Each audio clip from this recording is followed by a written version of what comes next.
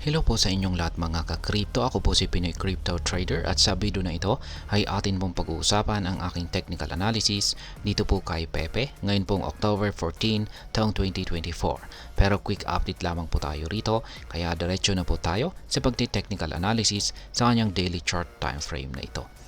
At ayan yung aking previous projections dito kay Pepe. At wala pa rin pong pagbabago sa aking mga projections dito po kay Pepe.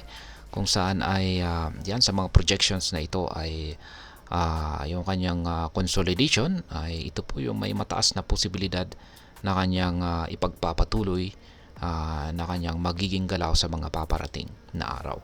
Yan, patuloy po siyang magko-consolidate dito sa pagitan ng major resistance line natin dito na nasa presyong 40 digits 1082 at saka minor support line naman po rito na nasa presyong 50 digits 954. At ayan, nag-umpisa pa siyang mag-consolidate dito noong mga October 12. Pero yung kanyang consolidation po ay maaari pong umabot hanggang dito.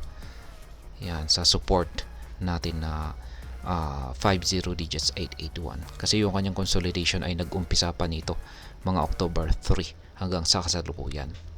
Kaya, ayan, maliban dito ay syempre, may chances pa rin po na bumagsak itong si Pepe. Ayan, at mangyayari po yan kung mababasag yung mga minor support natin dito. Ayan, at kung pag bumagsak po siya ay posible po siyang umabot hanggang dito sa support zone natin dito. At kung posible po siyang bumagsak ay syempre may posibilidad na rin na ito ay umangat o magpatuloy sa kanyang pag-angat sa presyo. At yan po ang siyang mangyayari basta sa kondisyon na magagawa po niyang basagin yung major resistance line natin dito sa presyong 40 digits 1082. Yan, dalawa po ang posible niyang akyatin dito. Posible po niyang akyatin yung ating trend resistance dito at saka syempre ang minor resistance line natin dito. Kaya ayan po yung aking mga projections dito ngayon kay Pepe. Yung ating mga indicators po ay yung ating hazard indicator ay nagsasabi na bullish ang market condition ni Pepe. Kaya maski pa paano ay umaangat po siya.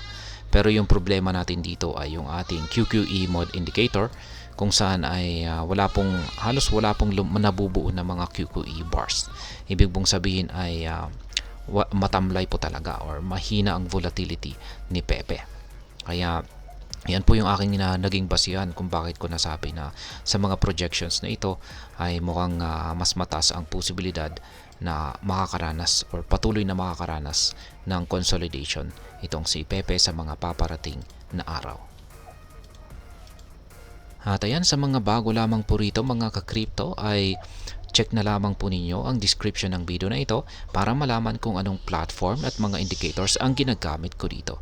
At hanggang dito na lamang po tayo sa video na ito mga ka-crypto.